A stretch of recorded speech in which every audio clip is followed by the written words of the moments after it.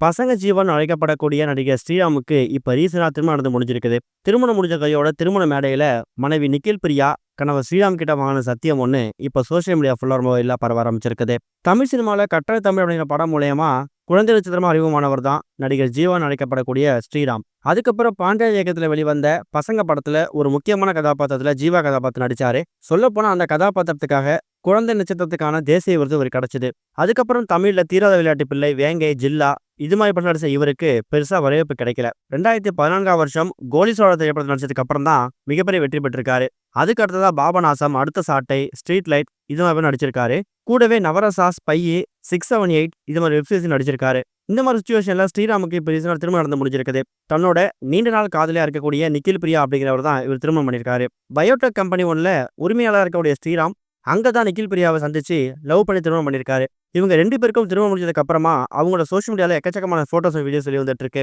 இப்படி இருக்கும்போது திருமணம் முடிஞ்ச கையோட திருமண மேடையில மனைவி நிக்கில் பிரியா கணவர் ஸ்ரீராம் அதாவது பசங்க பட ஜீவா கிட்ட ஒரு சத்தியம் ஒண்ணு வாங்கியிருக்காங்க.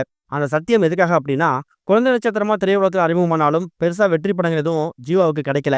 கண்டிப்பா என்னைக்காவது ஒரு நாள் ஒரு பெரிய ஹீரோவா வரணும் அப்படிங்கறத அவரோட ஆசை. இப்ப மனைவி என்ன சத்தியம் சொல்லியிருக்காங்கன்னா, நம்ம ஃபியூச்சருக்காக இந்த விஷயத்த சொல்லல. திருமணத்துக்கு அப்புறமா நம்ம வாழ்க்கை பன்மடங்கு பெருகணும், பெரியலா வரணும். ஒருவேளை நீங்க இதுக்கப்புறம் முயற்சி எடுத்து எக்கச்சக்கமான ஆர்ட் அண்ட் டைரக்டரை மீட் பண்ணி கதை கேட்டு பல வாய்ப்புகளை தேடி நீங்க ஹீரோவா மாறும்போது அது நமக்கு வாழ்க்கைக்கு ஒரு பெரிய முக்கியத்துவம் கொடுக்கும். அதுக்கான ஃபுல் சப்போர்ட் நான் கொடுக்குறேன். உங்களுக்கு படங்கள வாய்ப்பு கிடைக்கிற வரைக்கும் நான் வேலைக்கு போயிட்டு அது வரையும் நம்ம ஃபேமிலி ரன் பண்ணலாம். ஆனா எக்காரணத்தை கொண்டு சினிமா விட்டு நீங்க வந்துடக்கூடாது. மறுபடியும் நீங்க சினிமாவில் அடியெடுத்து வைக்கணுங்கிற ரெக்வஸ்ட்டை முன் வச்சு ஒரு வாக்குறுதியாகவும் சத்தியமாகவும் திருமண மேடையில மனைவி வாங்கியிருக்காங்களாம். இந்த விஷயத்த பார்த்துட்டு ஸ்ரீராமோட ஒட்டுமொத்த ஃபேமிலியும் ஸ்ரீராமுக்கு ஒரு சூப்பரான மனைவி கிடைச்சிருக்காங்க, கண்டிப்பா அவங்களோட ஃபியூச்சர் செமையா இருக்குங்கிற மாதிரி தான் வாழ்த்துக்கள் தெரிவிக்க ஆரம்பிச்சிருக்காங்க.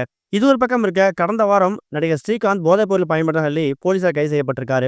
அவர் ஒரு படத்தில் நடிச்சதுக்காக பண பாக்கியம் வாங்குறதுக்கு பதிலா போதைப் பொருளை வாங்கியிருக்காராம். 1-2 முறை இப்படியே போக போதைப் பழக்கத்துக்கு அடிமையா இருக்காரு. அவரு கைதானதுக்கு அப்புறமா இந்த பிரச்சனையில நடிகர் கிருஷ்ணாவும் சிக்கியிருக்காரு. ஆனா அவரு போதைப் பொருளை பயன்படுத்தல, கைமாத்த சந்தேகத்துல பிடிபட்டிருக்காரு.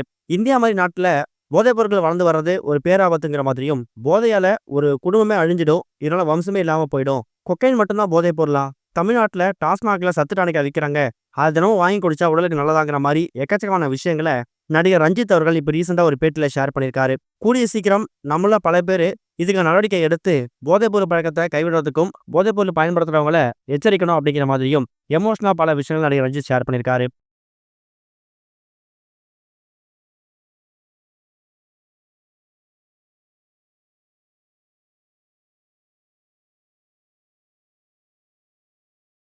இதுவரைக்கும் கனெக்டிங் டிவிக்கு சப்ஸ்கிரைப் பண்ணனா மறக்காம சப்ஸ்கிரைப் பண்ணிக்கங்க.